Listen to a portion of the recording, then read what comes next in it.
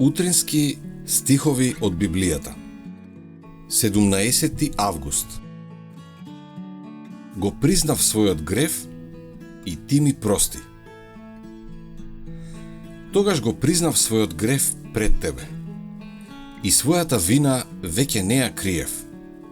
Реков, ќе му го признаам на Господа својот престап и ти ми ја прости вината на мојот грев. Псалам 32:5.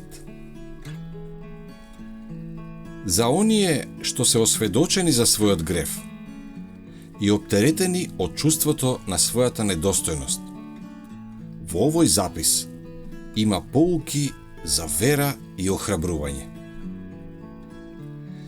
Библијата верно ги прикажува последиците од отпадот на Израел, но едновремено го опишува и неговото длабоко понижување и каење, сесредна посветеност и дарежливо пожртвување, што го обележиле периодот на неговото враќање кај Господа. Секое вистинско враќање кај Господа внесува трајна радост во животот.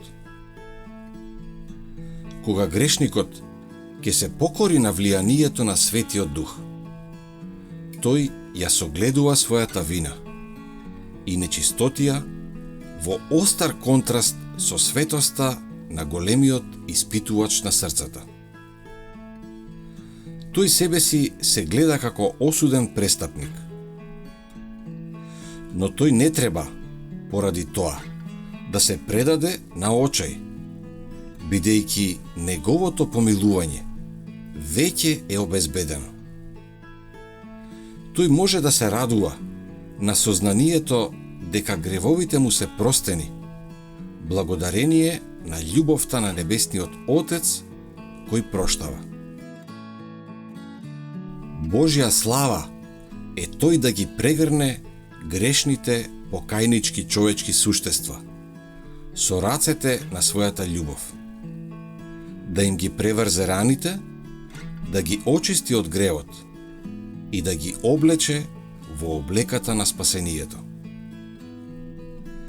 Псалмите на Давид минуваат низ целиот спектар на искуството.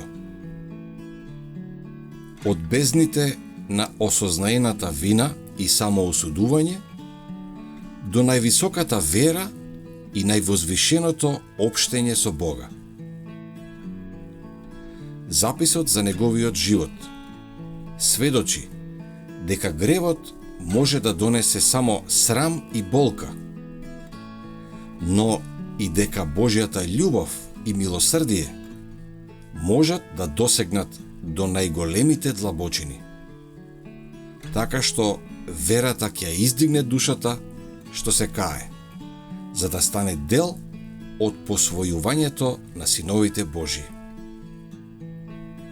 Од сите уверувања што ги содржи неговата реч, ова е едно од најсилните сведоштва за верноста, праведноста и заветната милост на Бога.